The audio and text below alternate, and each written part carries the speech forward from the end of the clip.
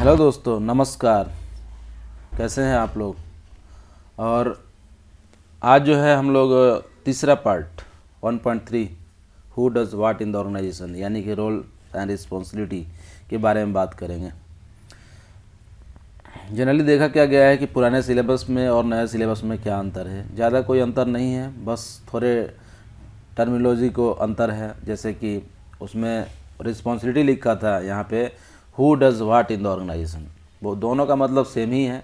तो ऐसा ज़्यादा कोई हमें अंतर तो नहीं समझ में आ रहा है, बस थोड़ा सा अरेंज किया गया है और कुछ चीज़ें जो है इसमें जोड़े गए हैं, कुछ चीज़ हटाए गए हैं। तो हमें लगता है कि निबोस ने जो है अभी करेंट सिचुएशन के अनुसार मार्केट में क्या चाहिए, किस तरह का वर्क चल रहा है, उसी के अनुसार उन्होंने अपना सिलेबस सेट करने की कोशिश की है। लेकिन अगर आप पुराने सिलेबस को भी अगर अच्छे से समझते हैं तो हमें नहीं लगता है कि ज़्यादा। मैं तो पिछले वाला जो सिलेबस है यानी कि जो IGC 1 था, प्लान डू चेक एक्ट पे था, तो उसी को पढ़ा था। लेकिन हमें यहाँ ज़्यादा कोई डिफ़िकल्टी नज़र नहीं आ रहा है, क्योंकि लगभग सभी चीज़ सेम है। तो आप भी अगर पुराने बुक को भी पढ़े हैं तो कोई टेंशन लेने की ज़रूरत नहीं है। आप उसको जो है कंटिन्यू रखें, और जब इसको एक बार उसके बाद पढ़ेंगे ना तो आपको लगेगा कि वही चीज़ है। तो बस थोड़ा सा केवल अरेंजमेंट, मतलब कि जो अरेंजमेंट का फ़र्क है, तो हमें नहीं लगता कि ज़्यादा आपको कुछ प्रॉब्लम होगा। तो आज हम लोग पढ़ने वाले हैं रोल्स एंड रिस्पॉन्सिबिलिटी के बारे में। तो हमने पहले ही बताया था कि हर आदमी की एक रोल्स एंड रिस्पॉन्सिबिलिटी फिक्स होती है ऑर्गेनाइजेशन में। और इसके पहले भी जो लीगल रिक्वायरमेंट ने बताया था कि एम्प्लॉयर की क्या रिस्पॉन्सिबिलिटी होगी, वर्कर की क्या रिस्पॉन्सिबिलिटी होगी। ऐसे ही ऑर्गेनाइजेशन में डिफरेंट जो है डिफरेंट स्टाफ हर एक लेवल पे काम करते हैं, तो उनकी अलग अलग रिस्पॉन्सिबिलिटी होती है तो सब आदमी ही, लेकिन अलग अलग लेवल पे होने के चलते उनकी अलग अलग रिस्पॉन्सिबिलिटी हो जाती है। जैसे कोई MD होता है, कोई सीनियर मैनेजर होता है, कोई मैनेजर होता है, कोई सुपरवाइज़र होता है, तो उनकी जो है रिस्पॉन्सिबिलिटी हेल्थ एंड सेफ्टी को लेके अलग अलग होती है। तो सबसे पहले जो जानते हैं, अगर कोई ऑर्गेनाइजेशन है तो किसी के द्वारा अगर चलाया जा रहा है तो उसे एम्प्लॉयर बोलते हैं। यानी कि एम्प्लॉयर या तो एक पर्सन हो सकता है, या तो एक ऑर्गेनाइजेशन हो सकता है, तो या एक कॉरपोरेट बॉडी हो सकता है, तो जिसमें जो है बहुत सारे डायरेक्टर का ग्रुप रहता है, वो लोग चलाते हैं। तो कंपनी भी कई तरह का होता है, इसमें ज़्यादा डिटेल्स में हम लोग नहीं जाएंगे। लेकिन एम्प्लॉयर मतलब क्या, जो किसी पर्सन को एम्प्लॉय करे, मतलब काम करने के लिए एम्प्लॉय करे, उसको एम्प्लॉयर बोलेंगे। चाहे वो छोटा हो ऑर्गेनाइजेशन, चाहे बड़ा ऑर्गेनाइजेशन, उससे कोई मतलब नहीं है। लेकिन एम्प्लॉयर वही होगा जो किसी को हायर करेगा काम करने के लिए, तो उसको हम एम्प्लॉयर कहेंगे। तो एम्प्लॉयर जो है, इसकी क्या रोल्स एंड रिस्पॉन्सिबिलिटी होगी, तो मैंने आपको पहले ही डिस्कस कर चुका हूं कि एम्प्लॉयर की role and responsibility already international जो लेबर लॉ है उसमें सेट किया जा चुका है।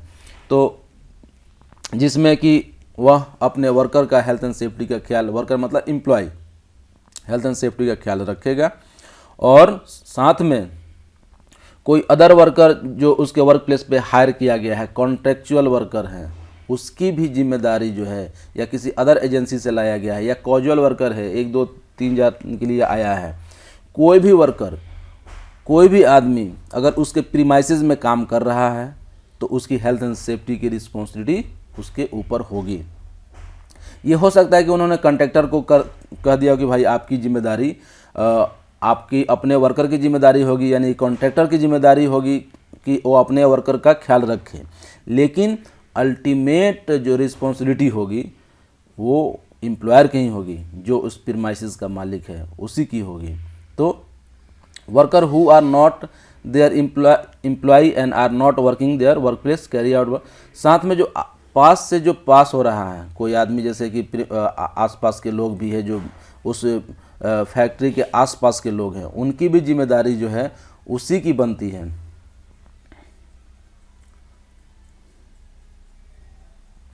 कोई विजिटर घूमने के लिए आते हैं बाहर से, एक दिन के लिए, 2 दिन के लिए, तो वो विजिटर की भी जिम्मेदारी, हेल्थ एंड सेफ्टी की जिम्मेदारी जो है एम्प्लॉयर की ही होगी।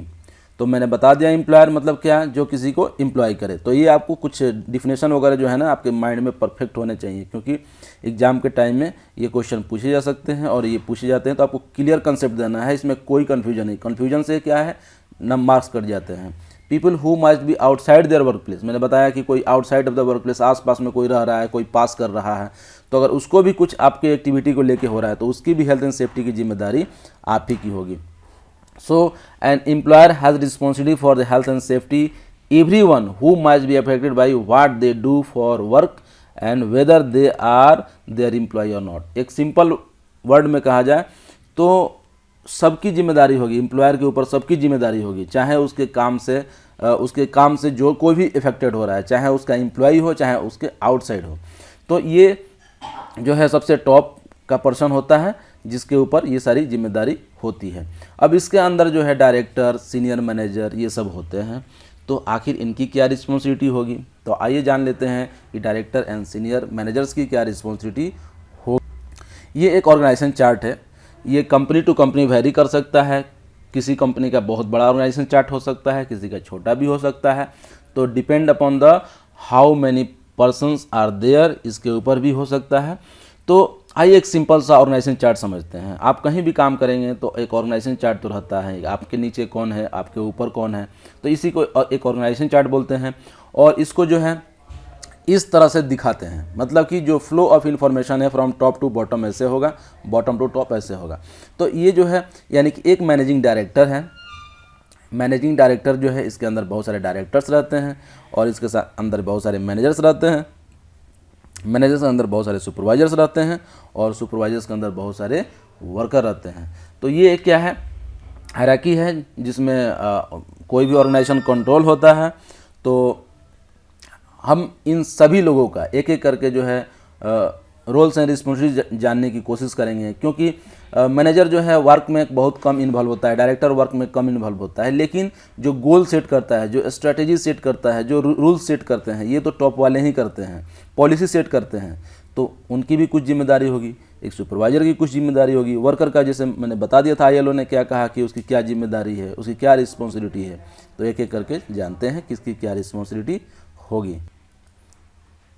डायरेक्टर एंड सीनियर मैनेजर्स की रिस्पॉन्सिबिलिटी होगी कि right health and safety policy हो, क्योंकि बिना पॉलिसी के तो काम होगा नहीं। और सबसे पहले हेल्थ एंड सेफ्टी अगर ये करना है तो आपको पॉलिसी होनी चाहिए। तो पॉलिसी में वही जो है आपका उसमें आपकी क्या इंटेंशन है, किसकी क्या रोल्स एंड रिस्पॉन्सिबिलिटी होगी, अरेंजमेंट, ये सारा तीनों सेक्शन उसमें रहता है, तो ये करना है। साथ में एडिक्वेट रिसोर्स आपको देने हैं, क्योंकि रिसोर्स ही नहीं रहेगा तो फिर काम कैसे होगा। तो रिसोर्स मतलब कि जैसे कि आपका कोई सामान, कोई पैसा, कोई जो भी इक्विपमेंट चाहिए, ये सब नहीं मिलेगा तो नहीं होगा। साथ में हेल्थ एंड सेफ्टी जो है मैनेजमेंट सिस्टम को इम्प्लीमेंट भी कराना है और मेंटेन भी करना है, ये जिम्मेदारी होगी किसकी, तो डायरेक्टर और सीनियर मैनेजर्स की। और एक ऑर्गेनाइजेशन स्ट्रक्चर अच्छा हो, रोल्स एंड रिस्पॉन्सिबिलिटी सबकी फिक्स हो, कोई कन्फ्यूजन ना हो, तो ये कौन सेट करेगा, ये सब टॉप वाले करेंगे। डायरेक्टर और सीनियर मैनेजर जो है कोई एक आदमी को अपॉइंट करे जो कि वो जो है उसमें हेल्थ एंड सेफ्टी को लेकर रिप्रेजेंट करे और कॉम्पिटेंट पर्सन अपॉइंटमेंट करे हेल्थ एंड सेफ्टी को लेकर, जो कि मीटिंग में हेल्थ एंड सेफ्टी जो मीटिंग होगी उसमें उसका ऑब्लिगेशन रहेगा। और कॉन्ट्रैक्टर जो है जो भी इंगेज कर रहा है तो उसके लिए उस थर्ड पार्टी उनकी क्या रिस्पॉन्सिबिलिटी होगी हेल्थ एंड सेफ्टी में, ये फिक्स करना है। कॉन्ट्रैक्टर जो भी इंगेज कर रहे हैं उनकी रिस्पॉन्सिबिलिटी क्या होगी। तो health and safety organisation review, साथ में जो है ये रिव्यू करना, मतलब कि अगर आप एक गोल सेटिंग किया है कि हमारा एक साल में जो है 5 फेटल होते थे पहले, अभी 3 फेटल करना है कम से कम, माने इस एक्सीडेंट रेट को घटाना है। तो ये एक्सीडेंट रेट अगर आप घटाना चाहते हैं तो अगर आपने 1 महीने काम किया तो फिर आपको रिव्यू करना है कि हम किस तरह से काम कर रहे हैं, कि एक्सीडेंट रेट घटा कि नहीं घटा, तो ये आपको चेक करने हैं। तो ये रिव्यू कौन करेगा, तो ये हमारे टॉप मैनेजमेंट के जो लोग हैं, यानी कि डायरेक्टर और सीनियर मैनेजर्स, ये सब लोग करते हैं। क्योंकि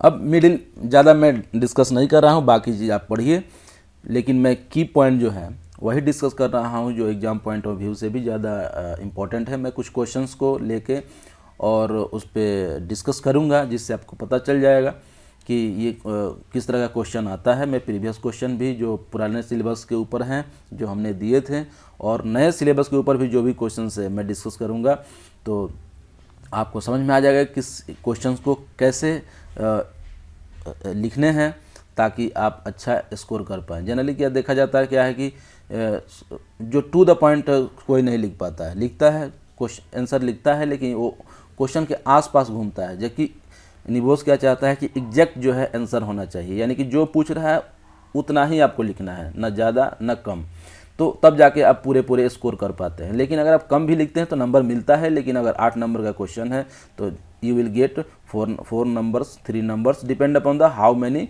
points you have given there. तो इस तरह से जो है लाइन जो मिडिल मैनेजर है, सुपरवाइजर, ये क्या होते हैं, तो ऊपर जो टॉप मैनेजमेंट होता है और नीचे के जो वर्कर होते हैं इनके बीच में होते हैं, तो इसलिए इनको लाइन मैनेजर कहते हैं। तो लाइन मैनेजर विल बी ये जो है operationally responsible for health and safety of इनकी हेल्थ एंड सेफ्टी की जिम्मेदारी होती है जो इनके अंदर काम करते हैं, यानी कि इनके अंदर कौन काम करेंगे, तो स्टाफ काम करेगा डायरेक्टली, जो इनको रिपोर्ट करता है वो काम करेगा, जो वर्कर है वो काम करेंगे, तो जो इनके बिलो रहेंगे ये जिम्मेदारी इनके ऊपर रहेगी।